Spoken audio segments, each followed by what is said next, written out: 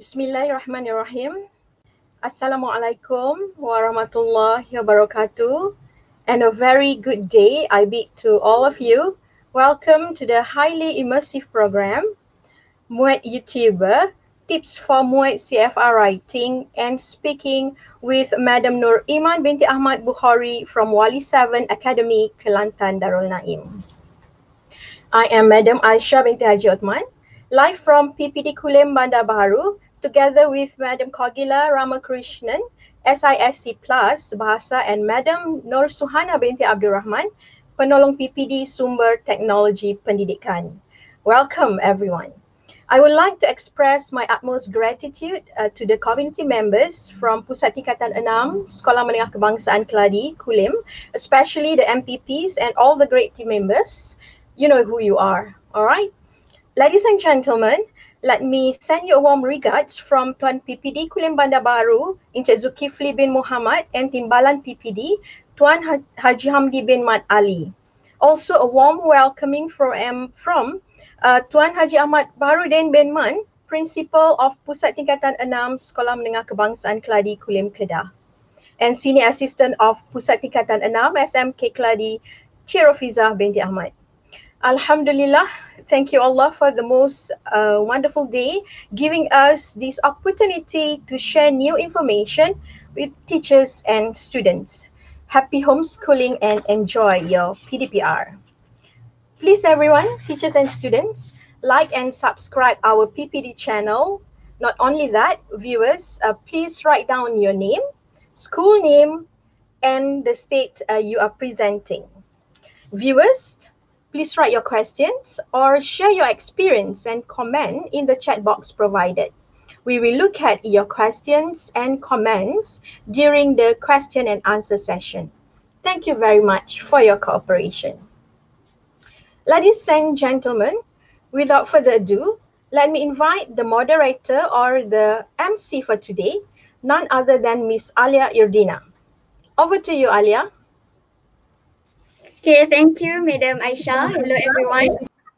I am Miss Alia, semester 2 student from Form 6 State Center of SMK Keladi. For today, I will be your MC.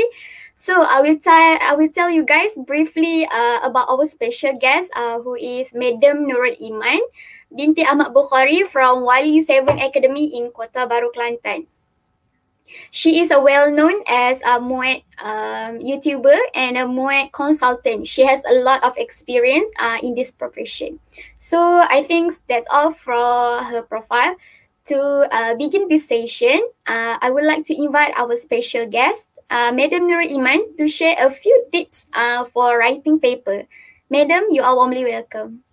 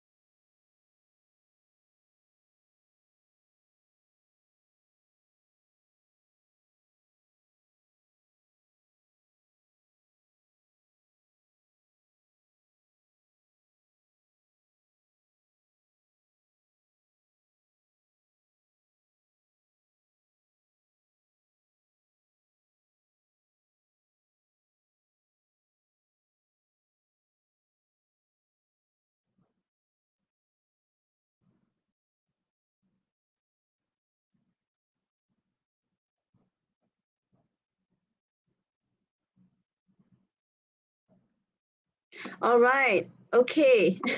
Okay, so can you hear me now? All right.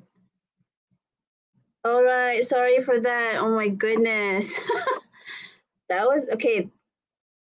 Okay, that was a waste of 5 minutes. Okay, anyway, let's get back to the slides. Okay. Can you see my slides now? All right. Okay, sorry for that technical glitch there. Okay. All right, once again. Thank you, Miss Alia. All right, thank you to committee for informing that. Okay. Okay, so I'd like to say thank you again to all participants. I'm sure you're really pumped. Okay. And I would like to extend my greatest gratitude to SMK Kladi and PPD Kulim Bandar Baru, especially from Madam Aisha, for the invitation today. So again, thank you, Ms. Chaperson, for the warm welcome. All right, so I'll continue with our schedule today, okay, where I'll be sharing about writing and speaking. So ladies and gentlemen, dear students, dear candidates out there, all right, here today, I'd like to tell you the most important part about Muet. Sorry, not most important, however, the productive part. Now, I understand that most candidates are very anxious about writing and speaking, and that there is a reason for that, okay? So based on my experience for coaching over 1,000 students within this past year, it seems that writing and speaking is the most challenging, where many students feel so nervous, one for speaking, all right, and then for writing, there's this anxiety where students or candidates worry that they won't be able to perform. Okay, so this is because it's a skill of producing, okay, producing where you have to give it output, okay, give your own output of your skill, okay, to show your proficiency. All right, so today's session will start with writing, okay, and then we'll have speaking. So for writing today's session, I'll go through the new format of Muet writing. What are the specifications? And then second, understanding the test format. Third, writing hot tips. All right, and then for speaking, I'll talk about the new format of Muet speaking. What are the specifications? Developing confidence in speaking in front of an audience. And third, understanding the test format. And fourth, the note-taking strategy, okay? So make sure by the end of the session today, these are the things that will go into your mind that you will actually gain from the session.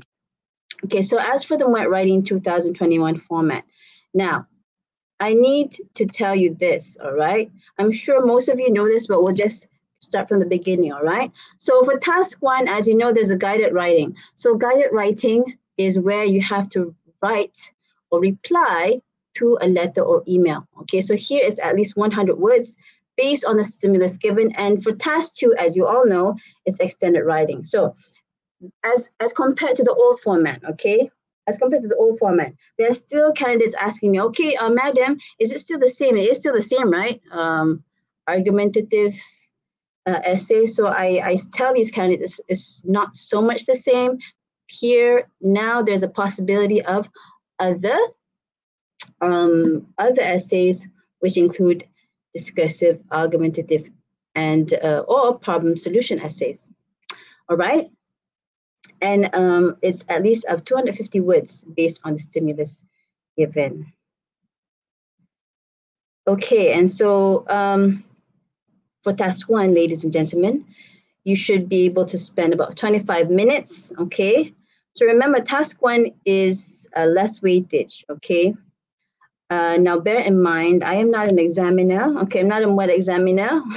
However, I do refer to books, I refer to expert teachers in order to deliver the content that I do. All right, so bear in mind that task one has low marks as compared to task two. So that means you should only spend about 25 minutes. All right. So you'll be given a letter or an email containing 3 or 4 notes, and you must reply to that letter. Okay. And you have to use all the notes. Okay. So here, ladies and gentlemen, this is an example. Okay. An example. And I like to give credit to MPM or MEC, Malaysian Examination Council, okay, for allowing this to be distributed, okay. I'm sure you have seen the Muet Session 1 2021 paper.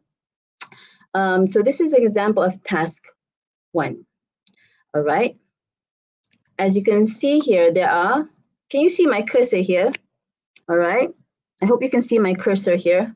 I can't really interact with you all. Okay, so I'm pretending that I'm interacting with you all. Okay. So here are the notes. Now, these notes are the notes that I have placed here. Okay. However, these are the actual notes, which is part of the question paper. All right. So what I'd like to show you here, or I'd like to draw your attention to the notes, where what the main part of this is that you have to respond to this email with guidance of the notes, as you can see here on the right. Okay, I hope that this is clear, okay, on YouTube. All right, now, okay, so before I go on, okay, about how to answer, okay, all right, so this is the format. And so how do we go about answering? Okay, now, as we can see here, it's an email. So we tend to tell ourselves, oh, this is just an email. I mean, I can reply this email. So it seems easy. All right. Now, ladies and gentlemen, I'd like you to place yourselves in the position of the examiners. Okay. Now, if you are targeting a band 3, 4, 5, 5.5, okay? Now you have to try to think or try to figure out how would an examiner want to differentiate you, okay, or make a distinction between a band 1, 2, 3, 4, 5. So for example, if you're targeting to achieve a band 5, all right, okay, due to the requirement of your course, all right? So that means you have to make sure that your email response is distinct or has some kind of distinction, or has some kind of, is different, is at a different level as compared to that of band 1, band 2, band 3, band 4. Okay, so from an email, how are you supposed to show that? Okay, so here the limit, the limit of words is guided is at least 100 words. So many people ask me, is it okay if I write more than 100 words? So of course it says at least 100 words. So of course you can write more, all right? Okay, now, if you look at let's look at the first paragraph together, okay? Well, I'll show you how you should address, all right? How you should address each of the paragraphs. So here, when you have 4 paragraphs, 1, 2, 3, I hope you can see my cursor, okay? And 4, all right? So that means when you apply the email, you have 4 paragraphs also, okay? To make it easy for the examiner to go through, to read through, okay? Now, if, and I'd like you to see that, okay, we have notes here, wonderful. Okay, so now you have to tell yourself, oh, I have to reply something having wonderful. For this paragraph, where should I start? Okay, where should you start? Oh my goodness, okay. In books, if you have gone to the books for Muet preparation, most books say that the notes here refer to the question asked in each of the paragraphs, okay?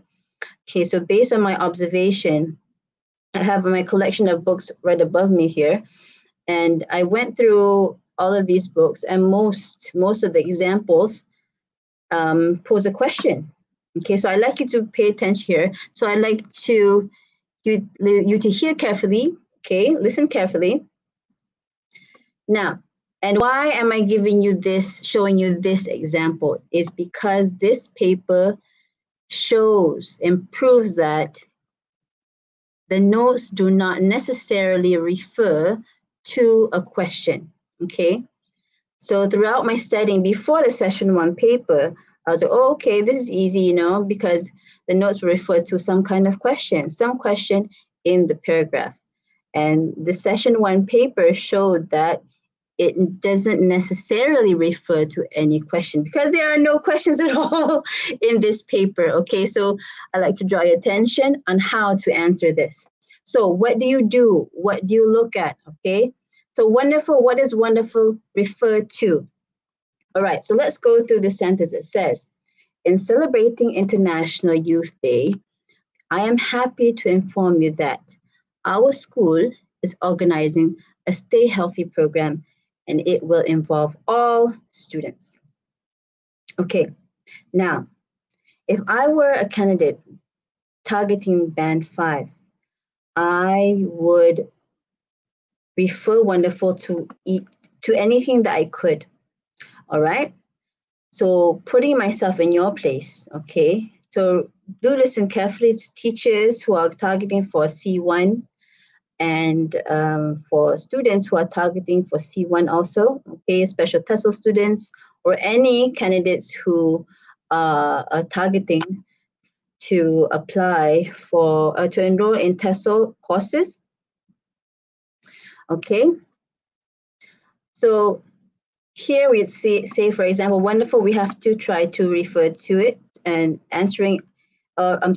responding to here, for example, we have in celebrating International Youth Day, I am happy to inform you that our school is organizing a Stay Healthy program and it will involve all students. So here we have 3 things that we can respond wonderful to, which is in celebrating International Youth Day, and then here is about our school is organizing a Stay Healthy program and it will involve all students. What I see here, okay, maybe teachers, maybe see something else, okay? So what I see here are three elements or 3 parts of this sentence in which we can respond wonderful to, all right? So an example could be, okay, it is wonderful to know that our school is celebrating the International Youth Day. All right, so I'm trying to answer this part. And I'd like to draw your attention to International Youth Day. Now, if I was an examiner, which I'm not, okay, I'd make sure that any high scorers are candidates who are detailed, okay? Because this is a very short task, a very short text. Okay, so that means this has to be, the text has to be optimized, meaning each small part has to be given attention to within the response.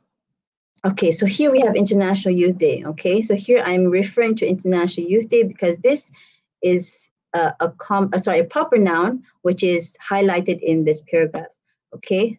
Next, I would say, I'm really looking forward to it. So I'm referring to International Youth Day. Okay, next, I will respond to Stay Healthy program.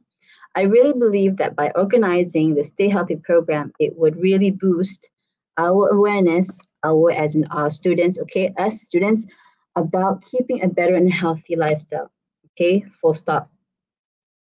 All right, and you could add one more sentence about how involving students is also wonderful, okay, how involving students would keep them would help engage them more in a more healthy lifestyle, or keep them more motivated to eat healthier or something like that. Okay, so you get my message here. All right, so that is for task 1. Now moving on to task 2. Okay, so for this task, it should spend about 50 minutes. Okay, and so you are given a stimulus in the form of a few sentences and statements establishing the idea or problem. Okay, and you must read the task and write an essay, which again is either discursive, argumentative, or problem solution. All right, and it should be at least 250 words. So you can write up to 400, 500 words and expand your ideas.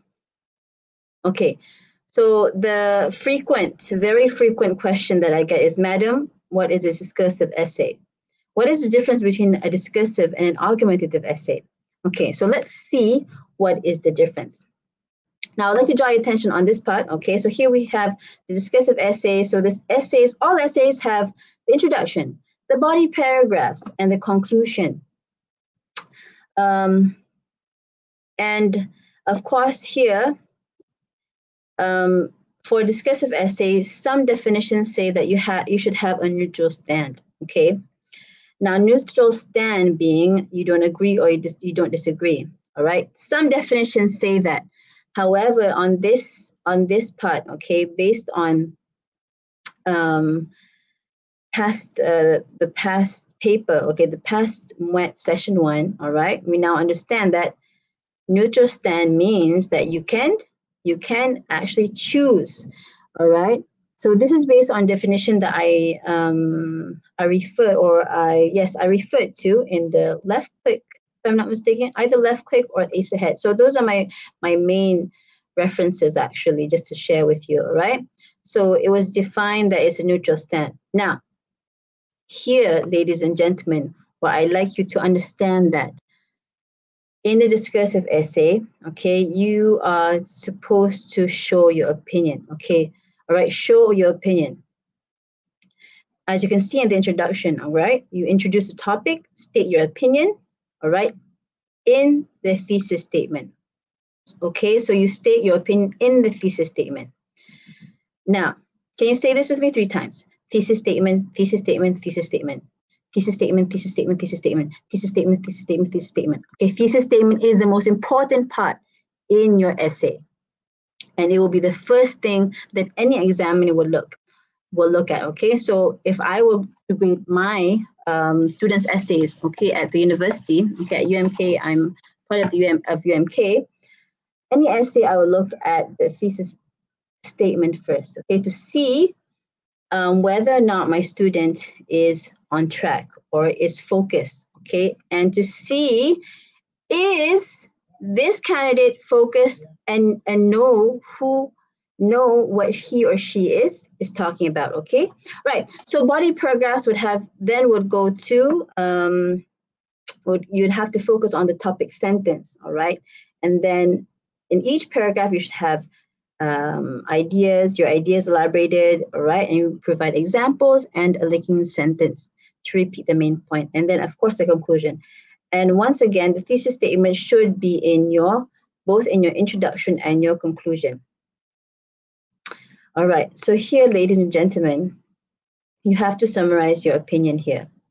Now, I like to correct this, all right? It's not an unbiased perspective. So here you can try to, all right? However, discursive essay based on the expert teachers that I referred to, for Muet, you just show your opinion, all right? So moving on to argumentative. So argumentative essay is clear where you give your stand, I agree or I disagree. And referring to expert teachers, it's also the same thing. You can say also, I agree and disagree. Okay, so some students ask me, Madam, is it okay if I say I agree or I disagree for discursive essay? And I say, yes, it's no problem, okay? Where you are still showing your opinion. All right. Okay, so I don't want you to get confused between argumentative essay and discursive because it's mainly showing your opinion. So basically it's the same thing, all right? The same thing. all right, in the eyes of Muet. All right, so here we have introduce the topic, state your stand, clearly present a thesis statement as usual, all right, thesis statement, then the body paragraphs, as I said before, and then restate your stand as a thesis statement.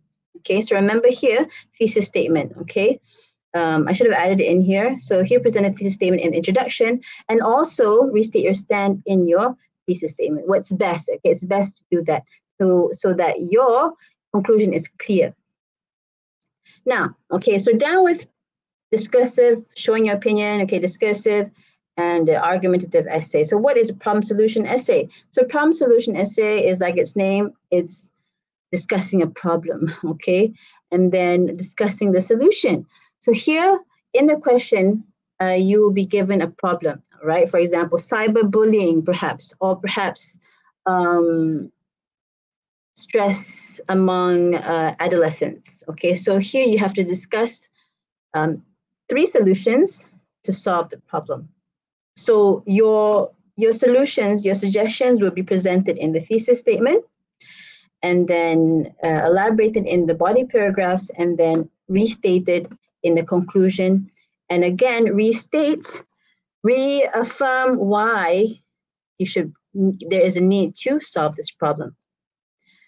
Okay, so this is an example of the task 2 in session 1 2021 paper, right? So this is an example. Now, in the chat box there, although I can't see the chat box, right? I'd like you to tell me what type of essay is this. Let me see if I can open this on my phone. I want to see your answers. Okay, please stay in the chat box. What type is this? Is this an argumentative? Is this a discursive essay, or is it a problem solution essay?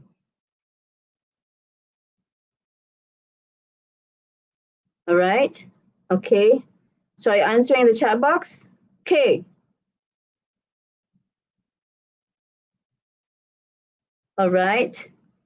Okay. All right. Okay. So to those who answered, discursive, a round of applause to you. Okay, it's a discursive essay. All right. So here, ladies and gentlemen, as you can see here, it says your teacher asked you and your classmates to write an essay expressing your opinion. Okay, so expressing your opinion about this statement. Okay, so during the Teachers' Day celebration at your school, an invited speaker made the following statement in his speech. Traditional face-to-face classroom promotes better learning environment. Okay, your teacher asks you and your classmates to write an essay expressing your opinion on the statement. Write at least 250 words. Okay, so ladies and gentlemen, this is where you just express your opinion. Okay, now, sorry about that. Okay, all right. So here you look at it, okay? So the first thing that you do when you get this paper, so why, the reason I am showing you the real past paper is that I want you to get a feel of how, how does the paper look like? So this is the exact question, all right? From the paper, from the past paper. Okay, so the first thing that you have to do is read the statement again and again. Okay, traditional face-to-face classroom promotes better learning environment. Traditional face-to-face classroom promotes better learning environment. Traditional face-to-face classroom promotes better learning environment. Okay, and then what you do is that you have to make sure you set your stand or your opinion. Okay, which perspective are you going to go for? Are you going to agree? Okay, are you going to agree with the statement? So if you agree with the statement, you'll say, okay, traditional face-to-face classroom promotes better learning environment. Okay, now, what if you disagree? Okay, so here, for example, if you're saying that traditional face-to-face classroom promotes better learning environment, you're saying, okay, so learning face-to-face in the classroom, you know, where you're in the physical classroom, you're saying that it promotes better learning. All right. Now, so if you disagree, you're saying no, traditional face-to-face classroom does not promote better learning. And then you'd have to give your options. You'd say perhaps online learning, it promotes a better learning environment, for example, okay? So here you have to decide what your view is. Okay, now for my classes, I usually annotate things. Oh, all right. So for here we have a traditional face. Okay, so here we have this statement, all right? Yay, okay. I just found out that I can scribble. Okay, so here we have this statement here. So for each part, ladies and gentlemen, you have to really, really explain well, all right? So if you agree, you have to say, all right, traditional face-to-face classroom promotes better learning. You have to talk about what is the traditional face-to-face classroom, okay? And you have to touch on that better learning environment, okay? So here you have to explain why, who, what, where, when, why. Traditional face-to-face classroom promotes better learning environment, all right? So for example, okay, how do you prepare? The first thing that you do is you brainstorm, okay? You brainstorm, you just get all your ideas out. For example, okay? All right, I can't type here. So for example, just get all your ideas out, okay? Talk about online class, Zoom, Google Meet, traditional, face-to-face, touch with the instructor, the teacher. You have, you get more attention. Okay, so you get all your ideas out. Okay, that's the first step that you have to do, that you have to perform when you want to prepare or when you want to answer this question. Okay, don't write right away. Okay, do not write right away. Okay, so make sure you use your paper wisely. Okay, you use your paper wisely. Just scribble all over it. All right, just like this. So you get all your ideas out like this, blah, blah, blah, blah, blah, blah, blah. And then, okay, once you have brainstormed like this, your next step would be rearranging them. Okay, so here, what I always do with my students is, all right, from all the brainstorming that they have done, okay, here, all right, so here we're working against time. We really have to work against time. All right, so brainstorming takes about perhaps 3 to 5 minutes, okay? And so out of all of these, we then rearrange it to 3 main ideas, okay? So here we have to choose the 3 most general, okay? 3 most general ideas which do not overlap, okay? Which do not overlap.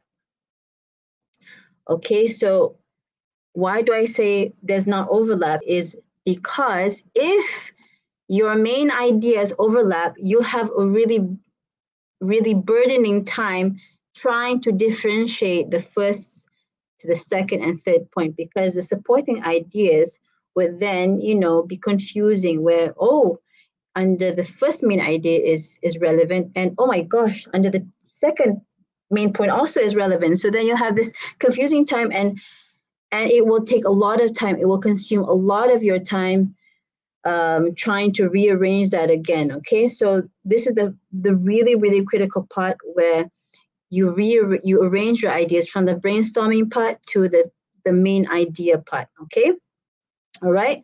So candidates, make sure you take note of that. All right. Only then, once you have this down, only then do you go into writing your actual essay. Now, don't spend 30 minutes on this, okay? This should only take about 5 minutes, okay? About 5 minutes to brainstorm, a few minutes, and then to rearrange it, okay? Rearrange into 3 main ideas. All right? Okay, so let's move on to the next slide. All right, so about the writing hot tips now. I usually teach writing in 2.5 hours. So in 45 minutes is what I can tell you. I'll sum up the writing tips which are most helpful for most candidates. And if you listen to any video by any Band 5 achiever, you know, now these Band 5 or Band 4 achievers, they are not necessarily geniuses, you know, like really geniuses, or they're not what we call, you know, those who bercakap berabuk, okay, all right? However, these are usually normal people who do consistent exercise, consistent practice, all right? Now, the first tip I'd like to share with you is that you need to force yourself to complete at least one for practice for task 1 and task 2 before your test. So for those who will be sitting for the paper on 23rd October, okay, you have about 2 more months. Oh, exactly, almost 2 more months, all right? So today's the 24th, okay? So you have about 2 more months. Make sure, all right, you complete, you have time for more than one for practice, all right? Here, I need you to do at least one for practice task 1. So for this part, I like to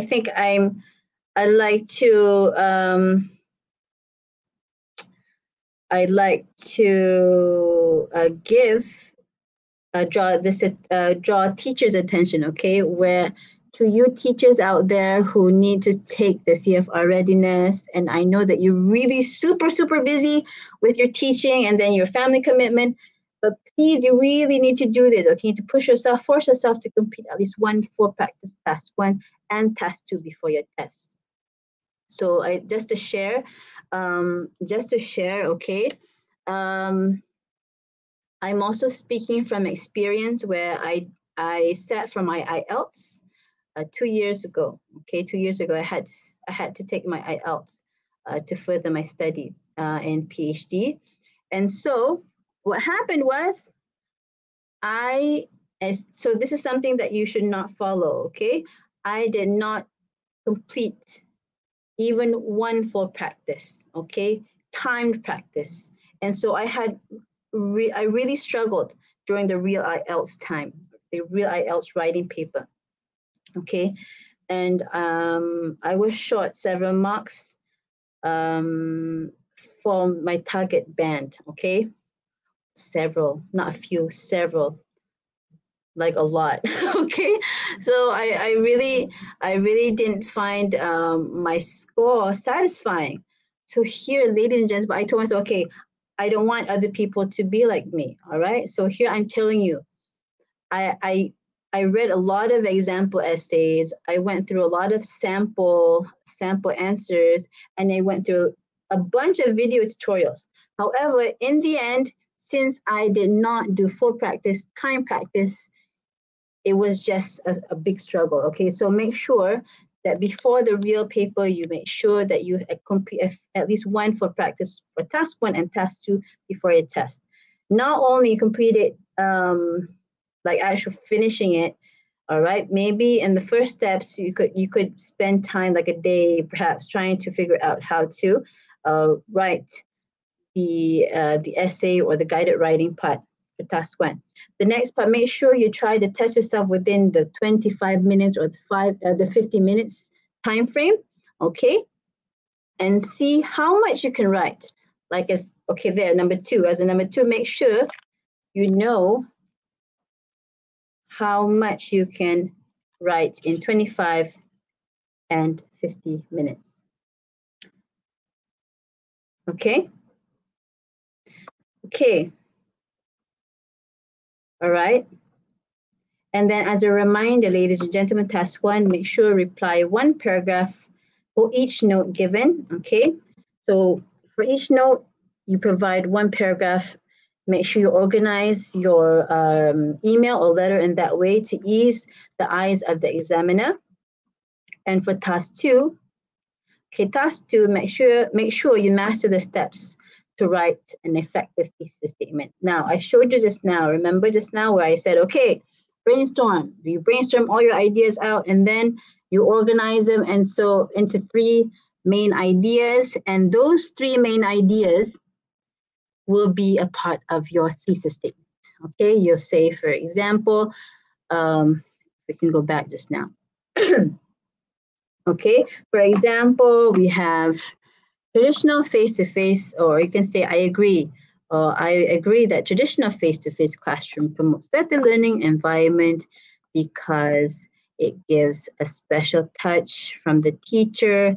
It gives more attention, more required attention for the student, and creates a social cognitive environment for the student, for example. Okay, for example. And so that will be the thesis statement. Okay, so this part is really, really critical. Okay, because it will provide the contents of your thesis statement. Okay, your thesis statement. Okay, so this is an example from my class, my previous class. So this was the paper which was provided by MPM as a sample, okay, before Muet 2021 session 1.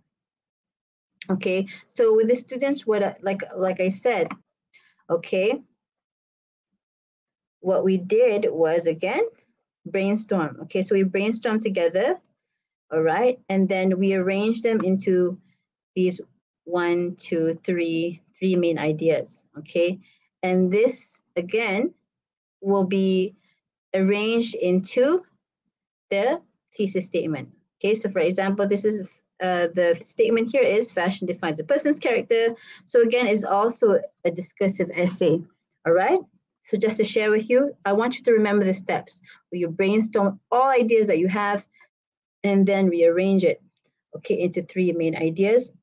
And then, oh, I forgot. Okay, so also, okay, all right, so the other ideas, what do you do with all the other ideas? Okay, for example, these other ideas here that aren't used. For example, okay, these might be the supporting details. Okay, this can be the supporting details. So your brainstorming, getting all your ideas out will not be a waste. All right. Okay. Yes. Okay, so that's just about it. Okay, for writing. Okay, so I'd like to pass the session back to Miss Alia, all right, for Q&A. All right, so questions? Are there any questions?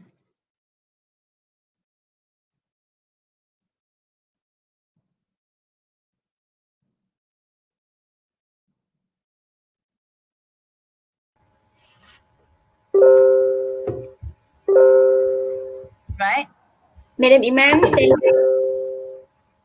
Oh, yes, I can hear you. Madam Iman, thank you for your great sharing on the writing paper. Now, I will invite our panels to ask questions regarding to this topic. Panels, your turn now.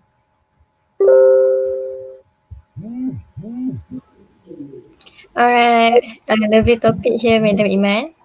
All right. For Madam Iman and MC Miss Alia. So I have a question that can you tell us on how to improve our vocab? We have to read a lot of English books, or we can just watch movie and listen to music. So what is your opinion for that?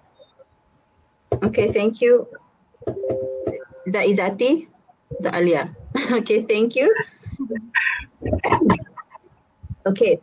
Okay, a very good question about vocabulary. Okay, so I'm sure you have this big awareness, okay, and that is true. The awareness that in order to improve writing, you do need the vocabulary. Okay. Now, okay, for in order to improve your writing, I'd like to add to that. Okay, you don't only need vocabulary. Okay, however, you need to have this a bank. Okay, a bank in your head. Okay, where you store expressions. Okay, expressions. For example, if you want to say that you are for example, like the notes wonderful. Okay, how are you supposed to express wonderful? Okay, or maybe what are other ways to show that you are happy and that you agree to something? Okay, for example, I find that it's great. I find that the program was amazing, or I found it breathtaking. Okay, so these are all vocabulary. Yes, you can, of course, you can learn it from books. Okay, you can learn them from books. Surely you can learn it from anywhere. Okay, from watching movies, from reading the newspaper. You guys read newspapers still? Okay, from magazines, from anything that you read online in English. However, the condition is that you tell yourself, okay, you kind of you tell your mind that you want to capture that vocabulary. Okay, for example, maybe you are a fan of Disney movies, for example. Okay, Disney movies are positive movies, So you tell yourself, okay, for Muslims, it's basically setting that intention, niyat, okay, that you want to watch this movie to catch vocabulary. Okay, so that's the first step. The first step is to make sure you tell yourself the intention that you want to learn vocabulary, not just watch the movie and listen to radio just for the sake of it. Okay, and magically, inshallah, you'll be able to get the vocabulary. Step 2, make sure that vocabulary sticks, and that you actually gain that vocabulary. Make sure you use it in your writing. Okay, for example, you capture 1 or 2 words while watching a movie. You use it right away. After that, you use it right away, whether it's through speaking or through your writing. Okay, so I hope that answers your question. All right, that's all. Thank you, Madam Iman. Okay, Zulfa, it's your turn now. Okay, thank you, Madam Iman. It is a great sharing. And I have a few questions to ask you. Vocabulary is very important in learning a language, especially when we are writing and in learning an essay. But some students are lacking of vocabulary. In your opinion, Madam, how can we improve our vocabulary? Okay, I think I answered that just now. So to improve your vocabulary, yes, you can read magazines, and to implement it,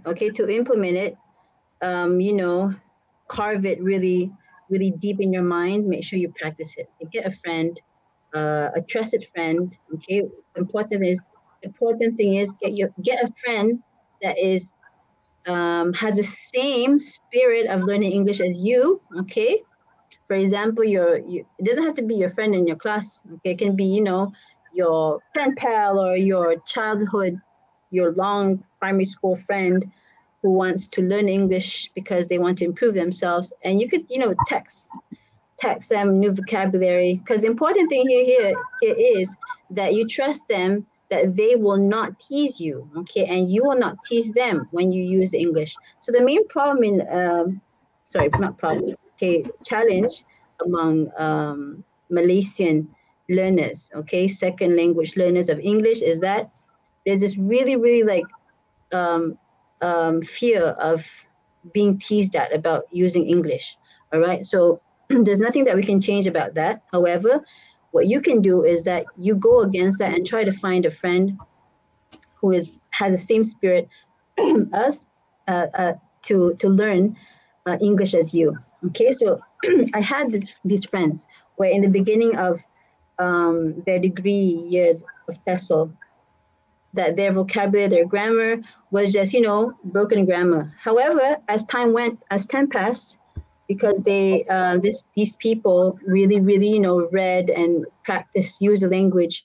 In the end, at the end of the degree, I remember this my classmate. Okay, he really succeeded really well. Okay, and spoke with really good vocabulary, better than me. because he's a person who was not shy and confident, all right, and just speaking and not even considering or having any hard feelings of anyone who teases him. So I hope that answers the question about vocabulary. Okay, for writing. Okay, back to you. Any more questions about writing, the writing paper? Any specific questions for the writing paper? Madam Iman? Yes. If you don't mind, we do have some questions from our viewers in YouTube Live. Will you Yes, proceed? please. Okay, for the first question, from Putri Nurdini, Madam, can we copy back the questions to be our thesis statement? Because teacher says that we cannot copy back. So copy back the question Yeah. from the essay. The essay task 2, is it?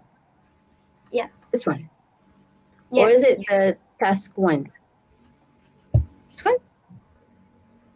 I think. Referring to the essay. Okay. Copying, basically copying. Okay. Lifting the words. All right. Now, that is a very good question. Now, I'm sure that their teacher advises them, okay, so that they will give a very good impression towards the examiner. All right. Now, for this part, all right, for example, we see traditional face-to-face classroom promotes better learning. To me, if you have the mental capacity at that time, because you're trying to work against time, isn't it? If you have the mental capacity, of course, the best, it is best, okay, it is best to use different words, synonyms perhaps, to express your ideas, to elaborate your ideas. All right. However, for the introduction, for example, I do feel that you need to somewhere in the introduction restate this statement here. Okay. Traditional face-to-face classroom promotes better learning environment. Or if not, make sure that the words that you use do not share the same meaning as this. If you're not sure if it shares the same meaning or not, make sure in your thesis statement, I think it's okay for you to stick with these words, the exact words. However, in the elaboration and perhaps in the second thesis statement, in the conclusion, you can turn around the words a bit. Okay. So based on the advice given by the teacher, as mentioned just now, I'm sure he or she advises so to make sure that this candidate gives a good impression towards the examiner. So yes and no. So yes, use different words if you have that mental capacity to do so. If you're able to think of other words, by all means, use other words, other synonyms, okay? That mean the same thing. But if you can't, if you're like, okay, you're like saying, oh, I don't know what else to write. Just use these words, okay? As long as you complete the task. All right, that's the most important thing. All right, I hope that answers the question.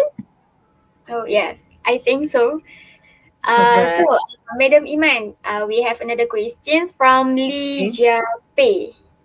All right, So, Lisha. Madam, may you share how about your study method in learning Muet?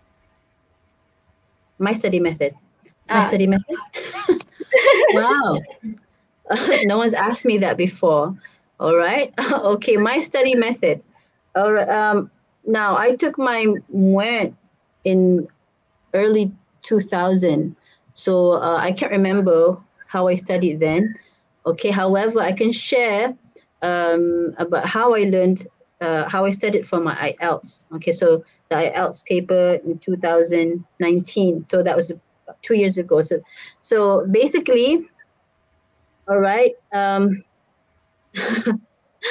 What I did was I watched a lot of tutorials. Right, I watched a lot of tutorials for writing.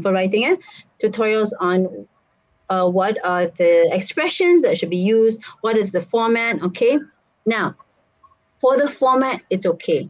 I mean, to just watch video tutorials, you know, to know the format, it's okay. However, okay, so this is something that you should not copy me. I did not write, you know, I did not write out the essay. So here, to to the person asking just now, make sure, all right, make sure after you watch the video tutorials, okay, referring to reference books, make sure the most important part is that you actually write the essay. You really need to write the essay. You get your handphone, okay, you set the timer, and you write within the time.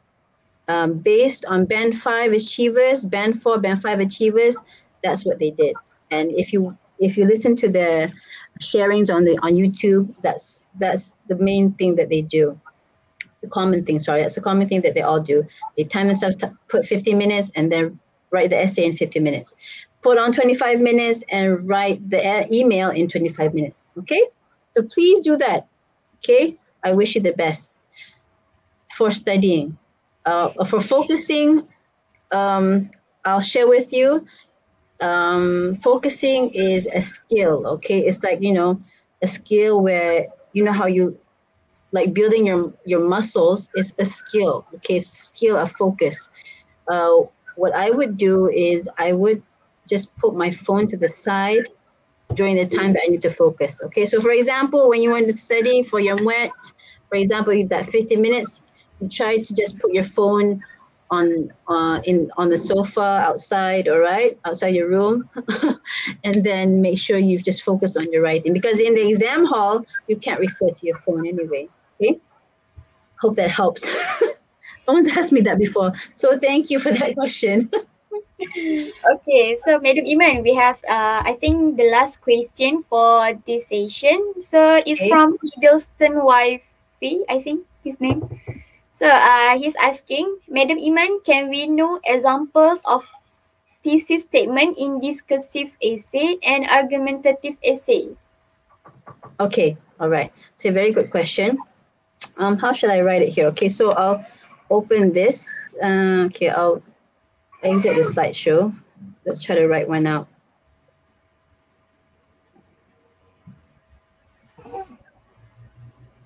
All right, so for example, okay, for discussive essay, yeah? Okay, let's take this one, for example, okay? Okay, let me try to enlarge this. Can you see that? Is it clear? Okay, so for example, for this example, okay? For this example, this is a discussive essay, yeah? And based on two expert teachers which I referred to, the thesis statement for discursive and argumentative is basically the same, where you just have to make sure you state your opinion, whether you agree or disagree. So here, for example, okay, so there's been a lot of confusion about that. So recently, it has been clarified. All right, so here, okay, so for example, here we already have our three main ideas. Okay, so here I would say simple sentence would be, I agree that fashion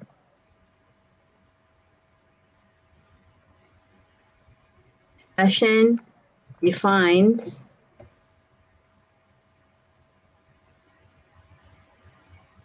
where can I put this? All right, I agree that fashion defines a person's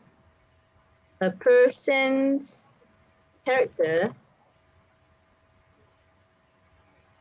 because, okay, and then we put in our three main ideas.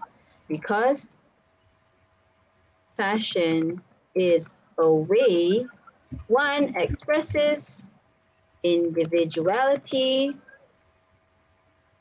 That up again. All right. I hope this is clear. Is it clear?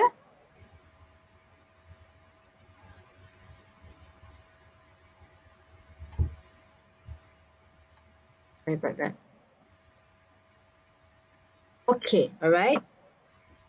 We just put everything in there. Okay, our three main ideas. Plays a pivotal role in influencing one's first impression and can influence one's confidence level. Okay, so basically it's just putting in everything, the main ideas here, and making sure that we say that we agree or disagree. Okay. Now, of course, in argumentative, you need to make sure you say I agree or disagree. Okay. In a discursive, it's not so, but you can. All right. You will not. I don't think you'll be penalized to do so, based on what I heard. All right. Okay. Sorry about that. So that's it. It's just I agree or I disagree, and then taking that statement, all right, because, and then putting in your main ideas. Okay, I hope that answers your question. Hope that's clear. It's just a mess there. I want to show you how to take notes. So there it is. Okay, hope that answers your question. Okay, thank you so much, Madam Iman. So that is the end of our first session. I will hand over this session to Madam Aisha.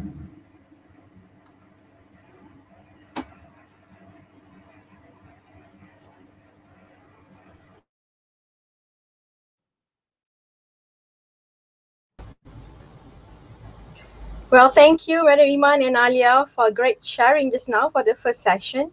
We do have a lot of questions over here in the chat box. Okay, we cannot answer or entertain all the questions, everyone.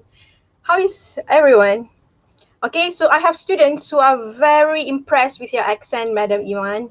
They really like your accent. Okay, so thank you, Miss Alia and Madam Iman, for the first session. Now we will continue with the second session, which is speaking tips. Over to you, Alia.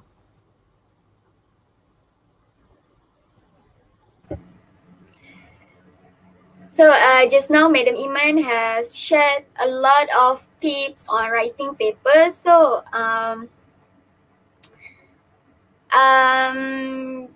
without further ado, we will continue for our second session. So Madam Iman, the floor is yours. Thank you. Thank you very much, Ms. Chairperson.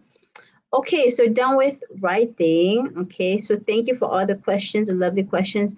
Now, Madam Aisha, you mentioned about my accent just now. Okay, I have to clarify to all of you. All right. In Muet, you don't need an accent. Okay, so there's nothing special about an accent. There are no marks to say, oh, you get extra marks because you have an American accent, or you get extra marks because you have a British accent. So there's nothing in an accent, all right?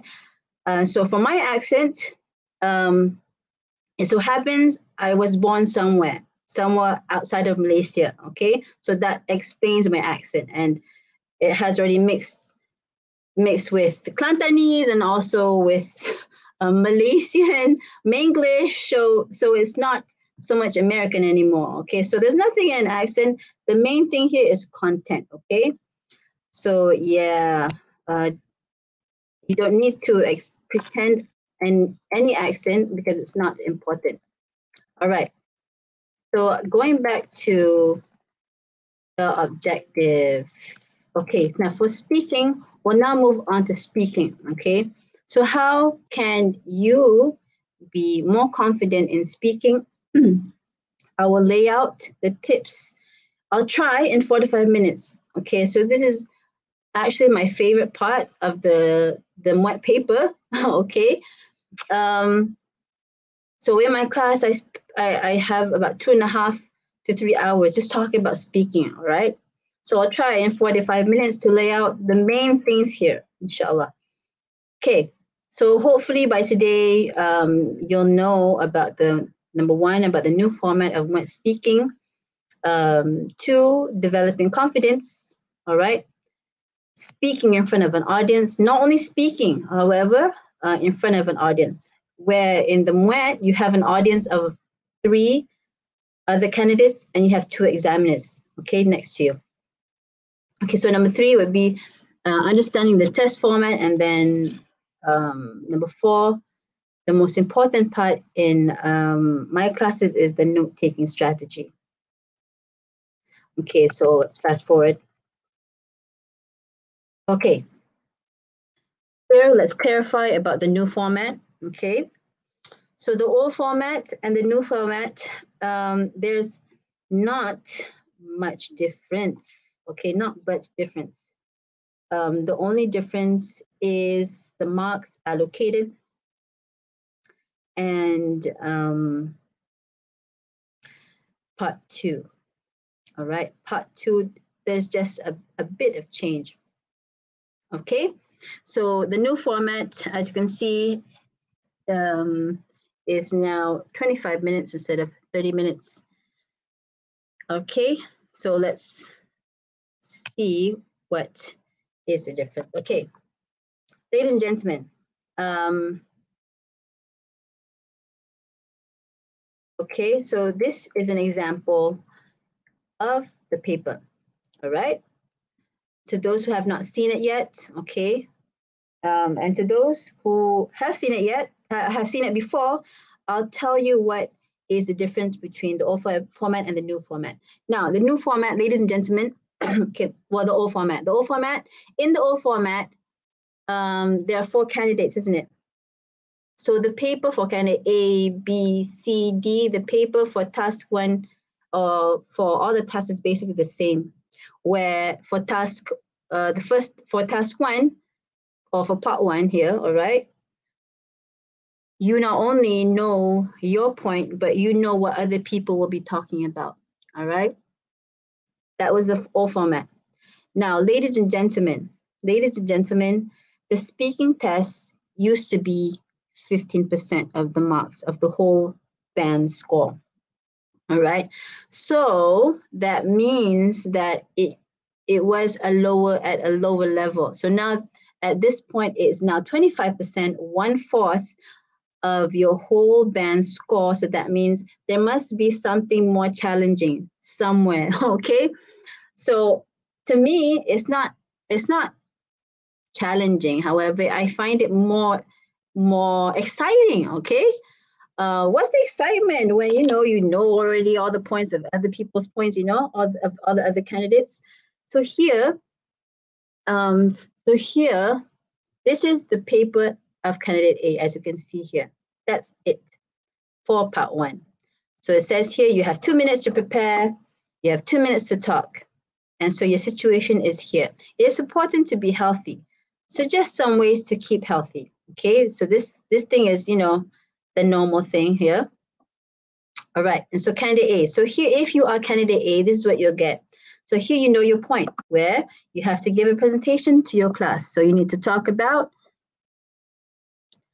you need to talk about the importance of what and when people eat. Now, nowhere on this paper does it say or does it state what candidate B, C, or D would talk about. So what does that mean? Okay, that means that you'll have to listen carefully to other people's points.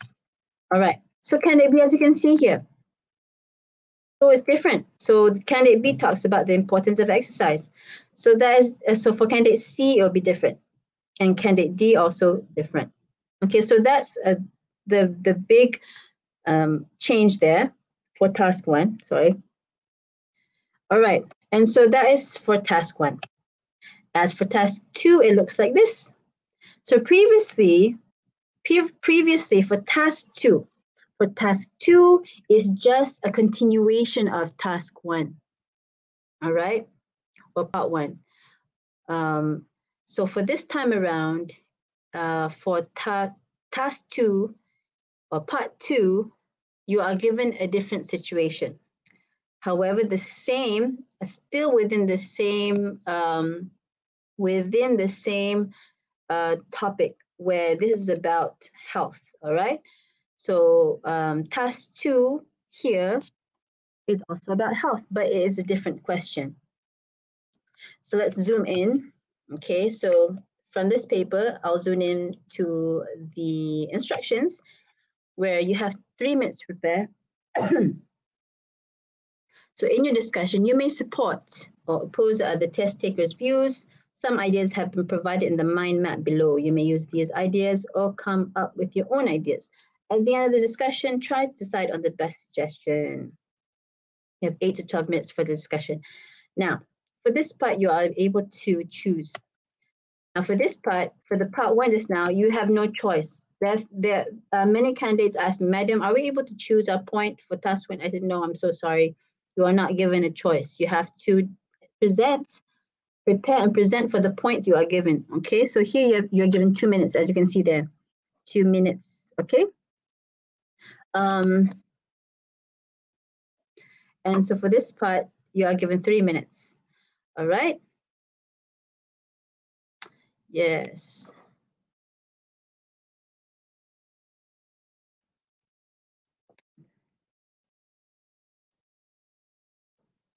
Sorry.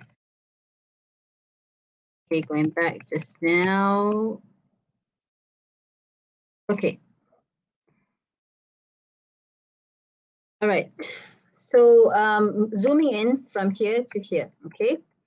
All right, so here the situation is there is increasing opinion, increasing concern about the quality of healthcare in Malaysia. All right. So make sure you highlight the keyword here, quality of healthcare in Malaysia. All right. So this would be the main point or the main idea that you have to talk about. All right. So in your group, discuss how healthcare can be provided. Okay. How can healthcare be provided in reference to, all right, the quality of healthcare in Malaysia. All right. So I had a group of students before, and I think I gave this question as practice. And so what the student, when it came to the student's turn, okay, so this one student, candidate A here, began. Okay, what she did was she talked about more doctors, she talked about education, and she talked about hospital buildings. Okay, so she talked about three things. Okay, and then I was like, it was a mock test. Okay, so I kept silent. Okay, I want to see how the whole conversation developed, and I just, like, in the real exam, the real test, the examiner will just, listen. They will usually they won't say anything, just observe what you all say. All right.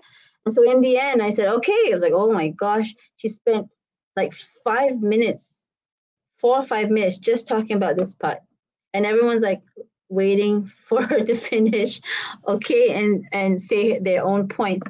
So ladies and gentlemen, remember, for this part, you only choose one to support at one time.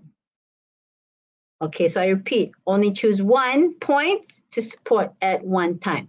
Okay, so then my students asked me, so that means, madam, that we only support one from the beginning to the end of the discussion? I was like, oh, no, don't get me wrong, okay? Don't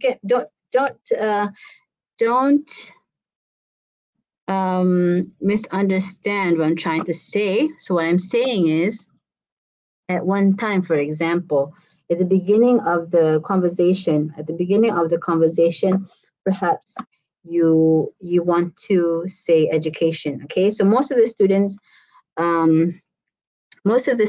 said education is the biggest or the most significant factor to consider in improving healthcare in Malaysia. the quality of healthcare in Malaysia. So it so happens all four of them chose education.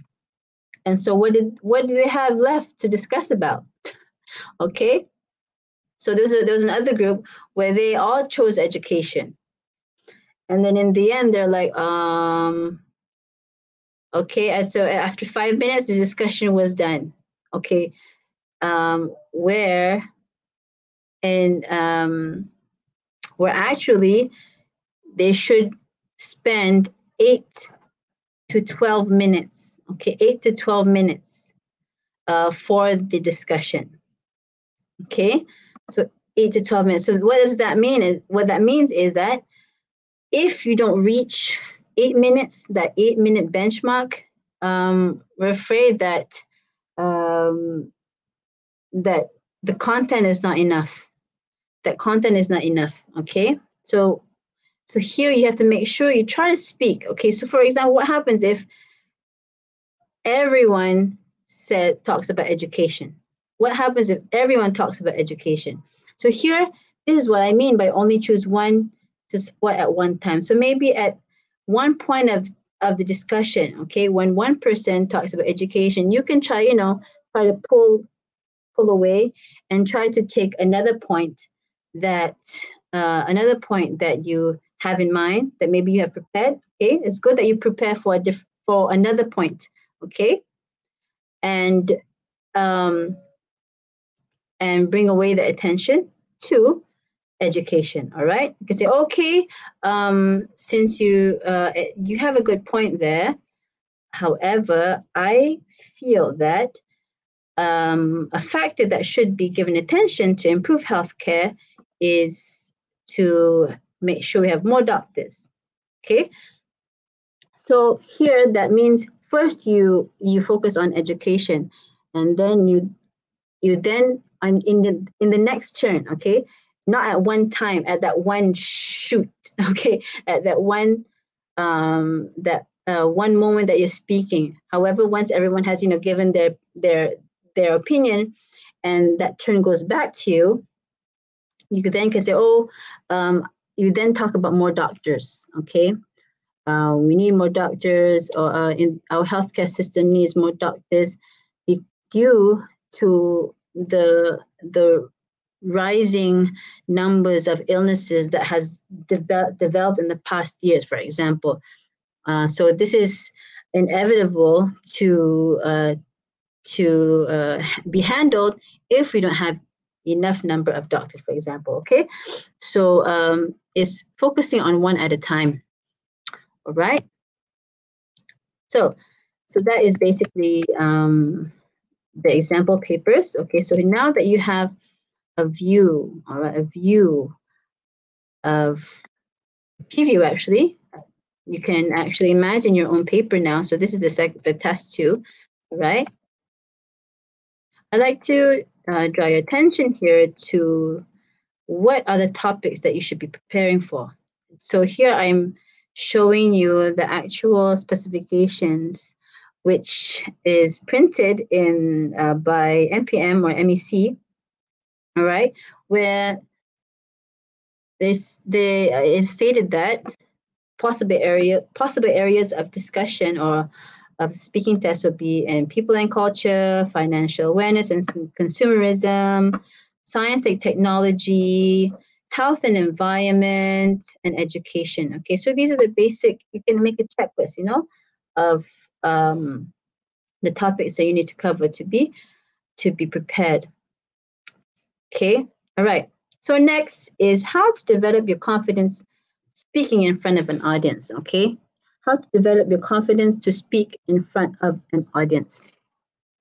Okay, now these are just a few. All right, several, just several that I usually focus on in my classes. Okay, where you make sure you need to sit up straight.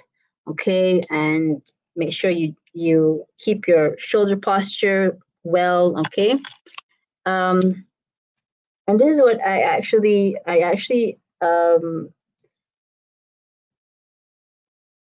practiced in my whenever I need to be MC or anything, okay, and to develop skills of confidence. This is what I actually developed in myself, all right, and I actually use for myself, all right. Shoulder posture, so don't slouch like this, you know, all right. So make sure you open your teeth, make sure you smile, and make sure you breathe. Yeah, okay, make sure you breathe. Where when you start your speaking test, okay, when it's your turn, for example, you're candidate A, it's like, oh my gosh, I'm candidate A, and you get all panicked. It's like, oh my God, oh no, oh my goodness, okay. So usually candidate A, they're like screaming inside, you know, where you don't get to see any example of anyone starting, and you like have to begin, all right. Everyone, you feel like all the eyes are on you, and then you suddenly have all these butterflies in your stomach, and you suddenly don't know what to say.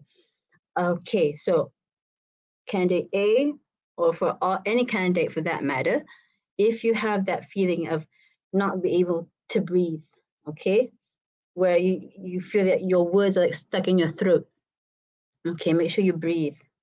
Okay, the important thing is to make sure you're confident that you are able to breathe. Okay, if you feel quote unquote semput, okay, semput, before you want to start, you didn't even run a mile, okay, but all of a sudden that you're out of breath, that is a bad signal. Okay, so that means you need to breathe. All right, you take about a few seconds. I always tell my students, take about 3 seconds before you begin. You breathe. All right, for Muslims, you salawat. Okay, salawat. Okay, the recitation of salawat, istighfar, very quickly. To like spend time salawat. Okay, just really quickly, and then you breathe. Breathe and tell yourself that you can do it. All right, you give yourself positive words, and then you start. Okay, give yourself that 3 seconds. That 3 seconds is really important. Okay, in my speaking class, I do go into more detail about it, inshallah. Or you can go through my YouTube channel. I think I did talk about the breathing thing. All right, and next is don't rush yourself, and then you make sure you have organized notes. And this is the most important thing, is having organized notes. Hold on, sorry. Okay. And so here I've come up with the note-taking strategy. All right. Note-taking strategy for speaking test. So here, the only way that I figured, all right, to control your nervousness is by preparing to take down good notes. Not only take notes. Now remember, you have 2 minutes. Now in 2 minutes, you can do a lot actually, but you need to know the strategy. All right. So when is note-taking allowed? Okay, note-taking is allowed during task 1. Okay, in task 1, during preparation time only. All right, so from the old format to the new format, there's been a change there. Okay, so based on my students who sat for the session 1 Muet, they said that for speaking, they were only allowed to prepare or to take notes during the preparation time, the 2-minute preparation time, okay? As compared to the old format where candidates were allowed to take notes, even though candidate A, B, C are still talking, okay? So candidate D had a ball because, because candidate A, B, C, while they were presenting, candidate D was still able to develop the ideas and prepare at that time. So it's no longer that way. So it's fair, where everyone is only allowed to take notes during the preparation time, the 2-minute preparation time. Okay, now next for task 2, note taking is allowed during preparation time and also during the discussion. So don't worry. I do, okay, I encourage you to have 2 agree points during the preparation time, okay, during that 2 minutes. I highly advise you to have 2 agree points and prepare 1 disagree point. Okay, so here, when you have 2 agree points, the main point that you want to support, if it's taken, if that main point is taken and you don't know how to support it anymore, you can move to a different, for the case just now, but about education, where you move on to, you just let the other people talk about education, and you just talk about more doctors, for example. Okay, so you have like a standby kind of agree point. All right, and then and then make sure you have 1 disagree point. So for example, in the question just now, maybe more buildings, you say, oh, why would you need more buildings? How would more buildings help improve the healthcare system? Okay, so perhaps you could stand by this 1 point and have some ideas of how to disagree with it. Okay, so maybe if a candidate does express this idea, you have some points in disagreeing with the candidate there. Okay, right.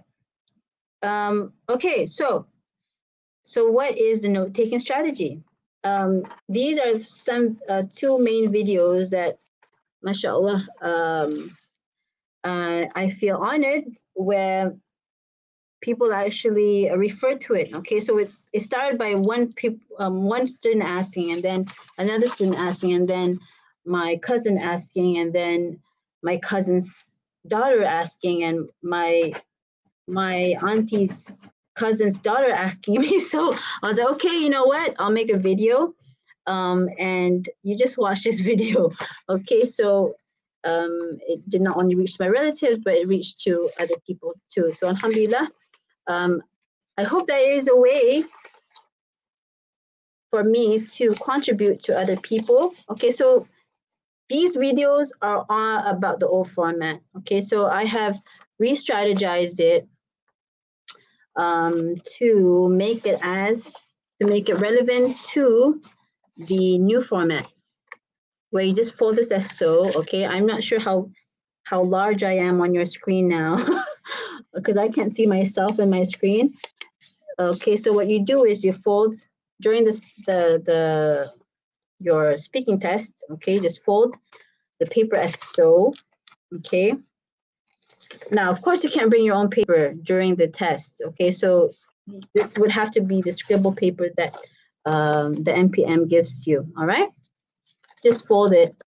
Okay, now you don't have to fold it, you can just draw 4 quadrants. Okay, I remember one of my students asking me, madam, is it okay if we fold the paper during the Muet test? I was like, I don't know. Is it wrong to fold the paper during the Muet test? That was so funny. Anyway, so if you feel, you feel like, conscious or, afraid to fold the paper, all right, during the test, it's okay. You don't have to fold the paper. So, to be singing, you don't have to fold the paper. You just draw 4 quadrants, making sure you have 4 quadrants. Okay. And then, so the first page here will be task 1, and the back page will be task 2. Okay. Remember the 2 different questions. Okay. So I'm afraid that any of you here are referring to my old videos. That's actually relevant to the old format. Now, but the important thing here is that the concept is that each quadrant, okay, each part here, you devote it to each candidate. So for example, if you're candidate A, maybe, okay, so you just prepare this little spot of yours, okay, this little spot of yours here. All right, candidate A, and then you have candidate B here, then C, and then D. All right, you get what I'm saying? All right, and then so the front page will be A, B, C, D, your notes for the task 1. Now I'm not sure if you're smart. Okay, if you're smart, because the themes are the same. For example, like the question that we looked at just now, it's about healthcare. Okay, and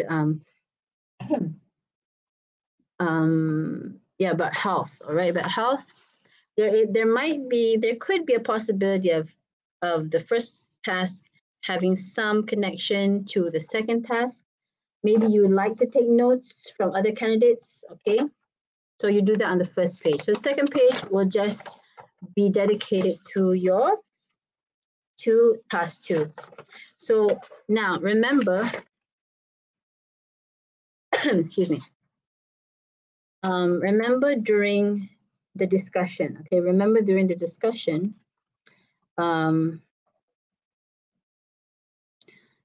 the examiner not only wants to see whether you can develop your points or not. For example, your candidate A.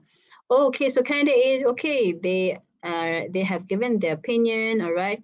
However, in the discussion, they want to see if you are able to respond, okay, to interact with other candidates. So that means that you cannot just think about yourself, okay? You can't be self-centered, you have to be able to, help each other, whatnot. I'm sure you know that. So, and you have to make sure that you are alert. So, of course, you have to respond to other people. Now, how are you supposed to keep track, of who says what and, who says what? And so, the easiest way is to do this, all right? So like I said, each quadrant, all right, is holds dedicated to one candidate. For example, okay, A, B, C, D. Okay, as so. All right, and so every time someone says something, you just note it here. All right. For example, A says something. They agree with doctor. Okay, you state doctor. Agree with doctor. And then B also agrees with doctor. You state there, okay, agree with doctors. And then C agrees with education. And then all of a sudden A decides to agree with education. You put, okay, A agrees with education. And A also states that disagree with buildings. So you can just put it here. So anything that A says, you put it here. Anything that D says, you put it here. And anything C says, you put it here. Anything candidate B says, you put it there. All right. So that is the note-taking strategy that I've developed. Alhamdulillah, for past students, they have given me feedback saying that it really has helped them. Alhamdulillah, shukur, ya Allah, shukur. All right. So I hope that you could try that. I hope it will help you. Okay. Because here we are trying to deal with ideas. Okay. So the speaking test is a matter of trying to get your score, of measuring how well you speak, all right? All right? And not to see how well you know a certain topic, all right? So that means here you have to make sure they don't want to know how much, will not give you marks to say, oh, this person knows a lot about healthcare. No, there aren't marks about that. However, there are marks on how you develop your ideas using English, all right? So they want to measure your English usage, okay? Not so much of how much you know about the topic. So here, this is where you have to make sure that you keep going, that you speak, that you're able to use the language functions, all right? That you're able to agree, you are able to disagree, you're able to respond, that kind of thing, all right? And I feel that making sure that you take notes, it will help you reduce your anxiety, help you reduce your fear and your feeling of panic, all right? Okay, so that's basically the note-taking strategy. In my classes, I go in more detail. So here we have limited time to go through it, all right? Okay, so here are a few expressions, okay? Now this one, I think I I referred to the Ace Ahead, okay, the Ace Ahead book. So I adapted this from the Ace Ahead Muet book from Oxford Fajar. And so this is just a few, okay? So ladies and gentlemen, I want to really emphasize to those who, you feel that you are weak in English, you have that panic, or you have that fear of how to start speaking. All right, I highly advise you to take time to actually, try to remember some of these expressions. Not all of them, okay? Not all of them. Okay, bukan semua, not all of them. However, perhaps any that you feel comfortable with. Okay, for example, I would like to start the discussion by saying that. Okay, so you tell yourself, okay, if I want to start a discussion, I would say this. I would like to start the discussion by saying that. I would like to start the discussion by saying that. You get like a mirror, and you tell yourself, okay, I would like to start the discussion by saying that. I would like to start the discussion by saying that. So you try to practice in front of a mirror. Okay, try to practice in front of a mirror and make sure your teeth open, and you play around with your intonation, you play around with your up and downs of your voice, all right? Okay, and you could try to use something that you find other people don't use often.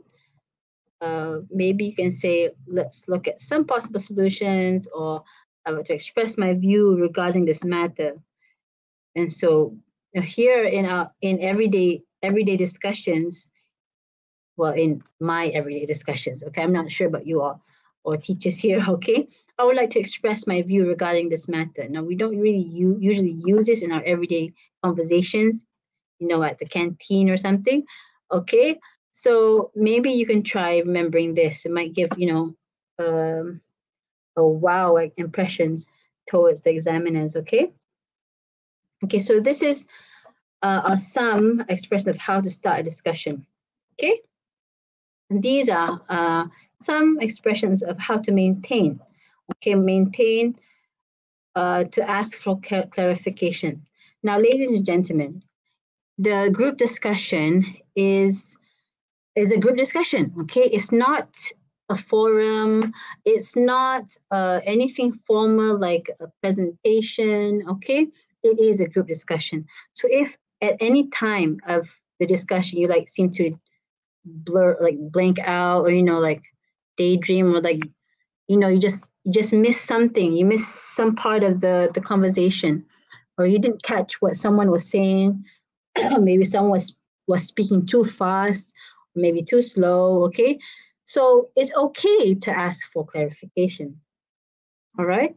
And so it's also a way, when you ask for clarification, it doesn't show that you're stupid, okay? It doesn't show that you're dumb or you're spacing out. Sometimes when you ask for clarification, it shows that you are giving attention, all right? Okay, so try to ask in a way that you are giving attention, not that it's that you have spaced out, okay? Don't be like, oh, sorry, Candy, what did you say just now? I fell asleep. Okay, don't say that. Don't say that you fell asleep, or, oh, sorry, I wasn't listening to you. What did you say just now, Candy? All right, so try to ask for clarification in a way that you are giving your attention. So, for example, you can use this. Here. You can say this one. All right. I'm sorry, I missed your point there. Could you please explain again why you agree with more buildings for the healthcare system? Or maybe you can say, may I know why you agree with more buildings? Or do you mind telling me more about your idea about more buildings? Okay. This one's nice and simple. Could you please explain that to me again? And then she's like, which part? Oh, what you said just now about more buildings is good for our healthcare system. Okay, so that is okay. It's okay to ask for clarification. All right, next. So I only added some, okay, because there's so much more expressions in the books available on the market. Okay, like looking at my books right now above me. Okay, so here these are some ways. Just now it's to maintain. Okay, this one is to maintain discussion. This is to initiate, start a discussion. Okay, maintain and close a discussion. Okay, now, so everyone's done saying everyone's opinions, isn't it? So now what? So everyone's like, creak, creak, creak. Candidate A smiling and candidate B smiling. Candidate C is smiling and we're all smiling at each other. Okay, so what do you do? Okay, so everyone's done saying something. Now what? You close it. You close the discussion, okay? And the examiner's like waiting, okay, when are these people going to close the discussion and end the discussion, all right? And so since today you are listening to me here today, you now know that once you're done, you need to close it. The examiner will not stop you, all right, until the time is up. Or I guess after like 2 minutes, everyone being silent, then I guess the examiner will get the message. However, please make sure, remember to close your discussion. All right, now, make sure if, for example, out of candidate A, B, C, D, okay, you're candidate C, for example, all right? Candidate C, for example, and everyone has had their say, and you refer back to your paper, okay, refer back to your paper. What has everyone said? Has everyone agreed on one point? Okay. So if everyone has agreed, like for the education case, everyone agrees on education, then that's easy. You can say, okay,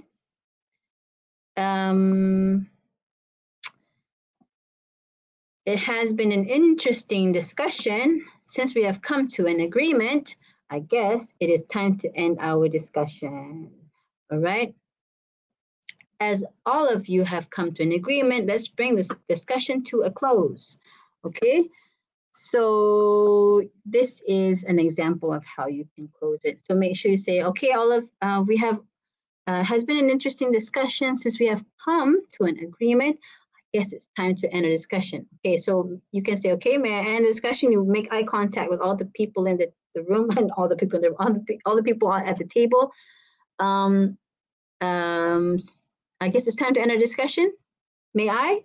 And they'll say, okay, yes, yes. All right. And then only then would you close your discussion. Now, what happens is, what's tricky is if A and B agree with education, C and D agree with more doctors. Go back to that question just now. Okay, so A and B stand here. C and D stand here. What should you do? How can you conclude now? Because we have a tie, 2 against 2. All right. Now, if you have time, okay. So this is first way. The first way is that if you have time, if you have 2 minutes left, or you're only 6 minutes in or 8 minutes in the time frame, okay,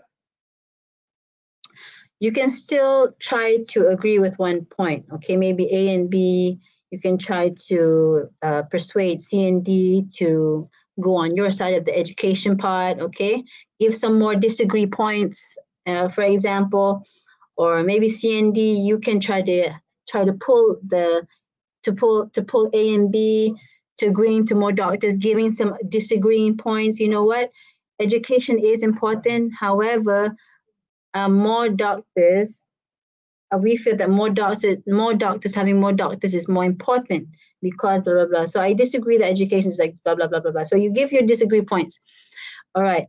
And if they agree with you, then it's clear. You can all be happy and agree on one point.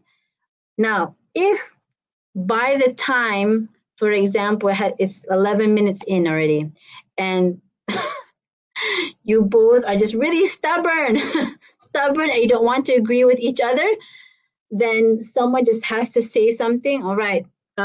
It so seems that this has been a very interesting discussion. Okay. This has been a very interesting discussion. It so seems that we have two conclusions where the two most significant factors to be considered and that can improve our healthcare is education and more doctors. Thank you. Okay. So if worst comes to worst, then you have to end or agree with two.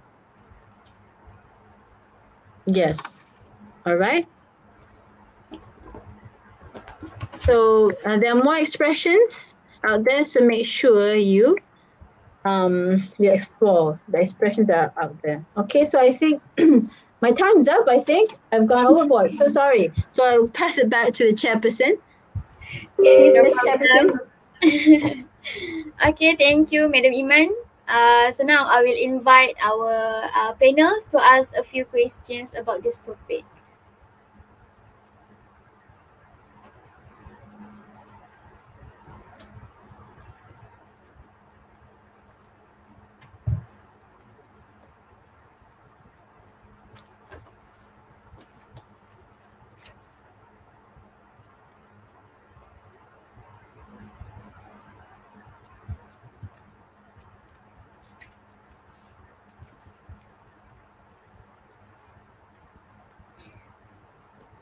Are there any questions there? I think their lines are a little bit slow. Okay, do we have any questions in the chat box? Okay, so I have questions. Dear Madam Iman, it is an interesting topic. Based on your presentation, is there any elements to score a good grade in speaking exam? Any elements to score? Yeah. Okay. Okay, so thank you for that question. Okay, so I'm guessing, is this your question or from the chat box? This is from the panels. From the panel, okay. All right, to score. Okay, score meaning band 3, band 4, band 5, I presume. Okay, so for band 3, band 4, band 5, in order to score. Now, to score high marks, all right, is of course to make sure you have enough content, okay? You fulfill the task, all right?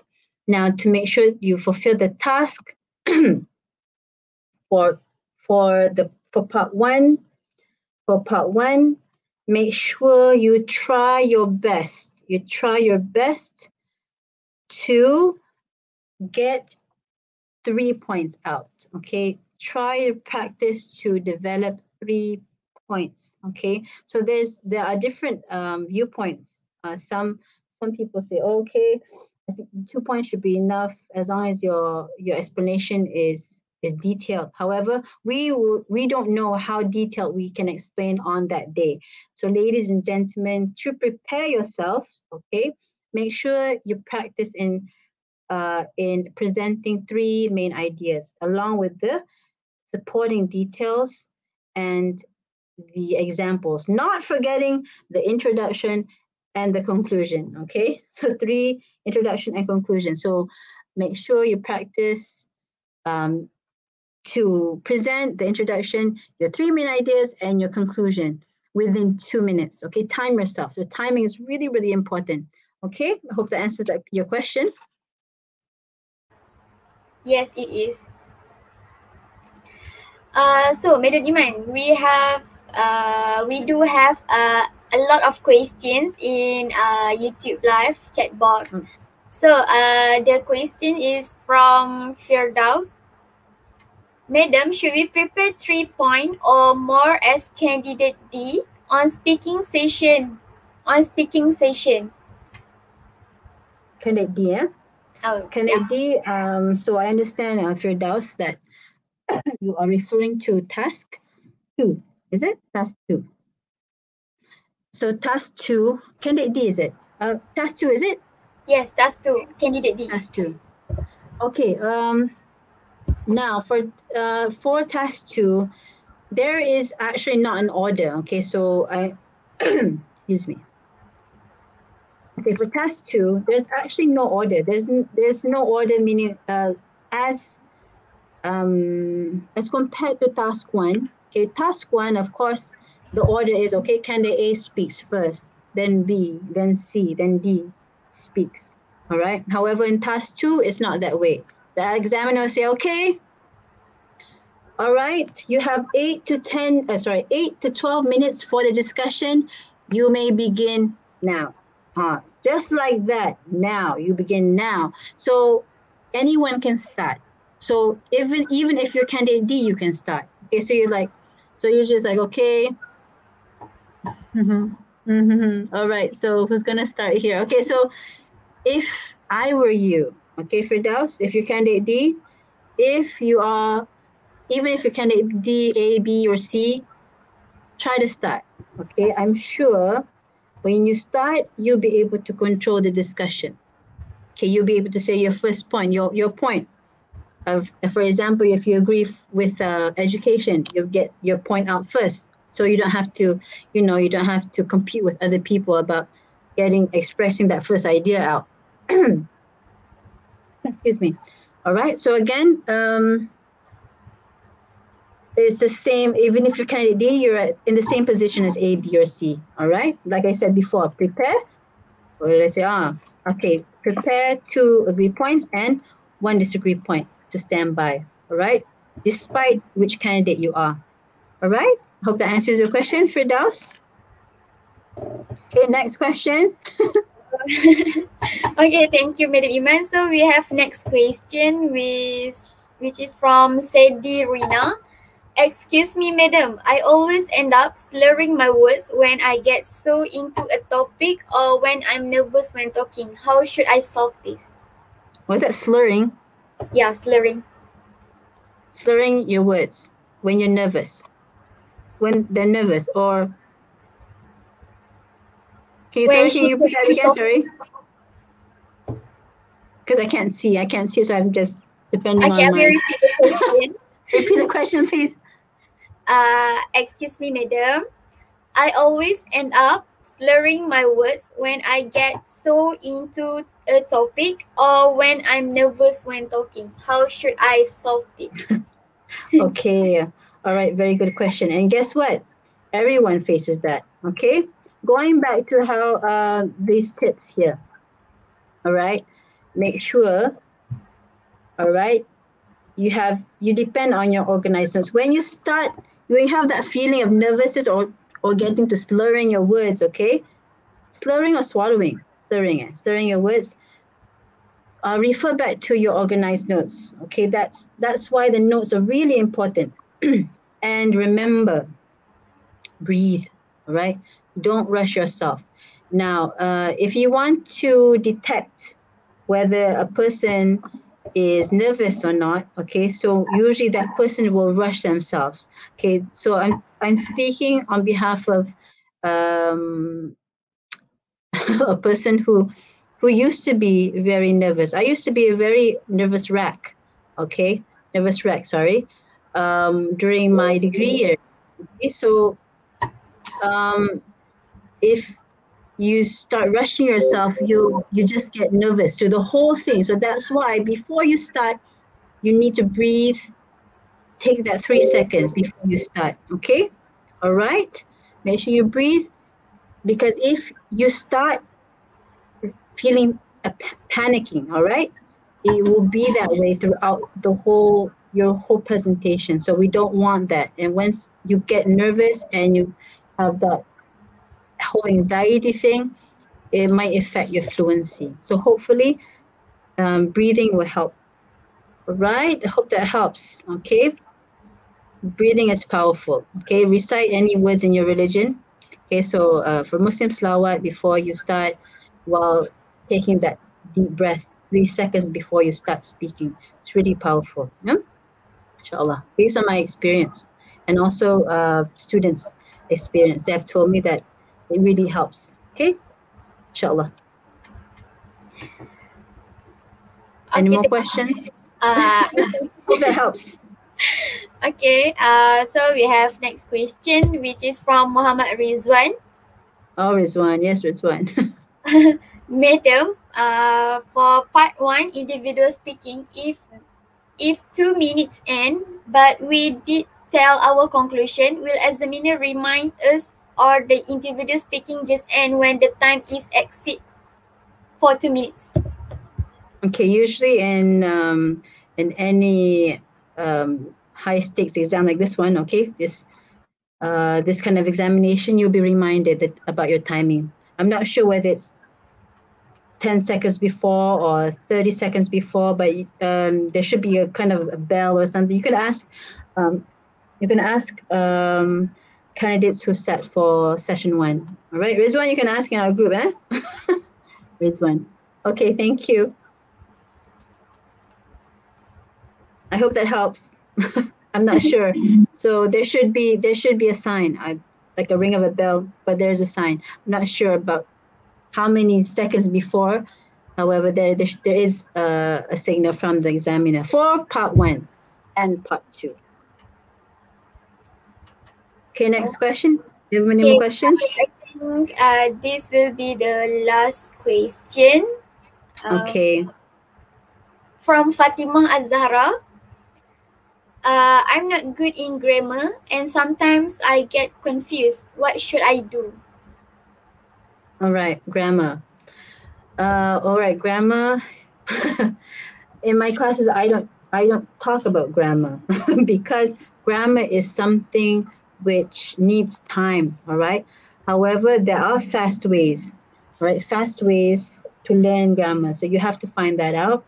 Now, for Muet, it's enough that you know for the tenses, simple present tense, simple past tense. Okay. A bit higher level, present continuous. So these 3 tenses should be enough for you to perhaps get a band 3, all right? Master for your band 3. I'll say that again. Simple present tense, simple past tense, and present continuous tense. For tenses for grammar tenses, all right? There's the articles. All right, so to conquer this, that is why in a short matter of time, all right? Now here you have 2 months time. You have 2 months till the Muet. I would advise you do critical reading. Remember, you need input in order to produce output of the language, all right? So read a lot, listen a lot. And when you practice, it will come naturally, actually. To make it faster, to find certain ways. There are grammar tables available. You can search grammar, tense table, all right? Quick grammar. There are a lot of sources out there in the internet. If you want to, focus on grammar. However, for Muet, I advise you that you try to focus on your content, okay? Your content, because content is the main thing here. Grammar is also considered. However, if you practice your content, I feel that grammar will come along with it, all right? And grammar will not improve if you don't practice, okay? So here the main thing is practice your content. Okay, read and practice, okay? So it's not in a day. You can't improve your grammar in a day. Within these 2 months, I believe, yes, you are able to. So use your time wisely, all right? Hope that helps, inshallah. Inshallah. Okay, all your best in your grammar endeavor. Okay, your grammar journey there. All right, believe in yourself. You can do that, inshallah. Inshallah. So thank you so much, Madam Iman, for spending your valuable time to share good tips about Muet, CFR, writing and speaking to us. So that's all from us. As a saying goes, to every beginning, there is an ending. Once again, thank you very much to all the viewers who are watching us live. We really appreciate your presence. On behalf of organizing committee, I would like to apologize if you have done any mistake throughout this program. That's all from me. Thank you. I will hand over this session to Madam Aisha. Okay, thank you.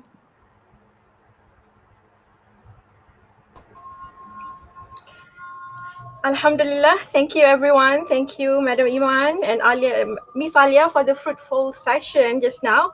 Amazing job, everyone. Well done. So, ladies and gentlemen, students and teachers, we are at the end of the sharing session with Madam Iman. Please fill in the registration form for SPL KPM and teacher or student voice using the link provided in the chat box. Thank you very much for your cooperation. And we also provided the link for the students, so please fill in. All right, so a very special thank you to Madam Iman binti Ahmad Bukhari for being with us today. We hope that all of you viewers will remember all the tips given by Madam Iman just now. Okay, so happy homeschoolings. To all dedicated teachers and students, you are the best. I would like to express my utmost gratitude for all teachers and students for joining us. Okay, so that is the end of our Muet YouTuber tips for Muet CFR writing and speaking. Thank you everyone for being with us. With that, sign off. Assalamualaikum warahmatullahi wabarakatuh.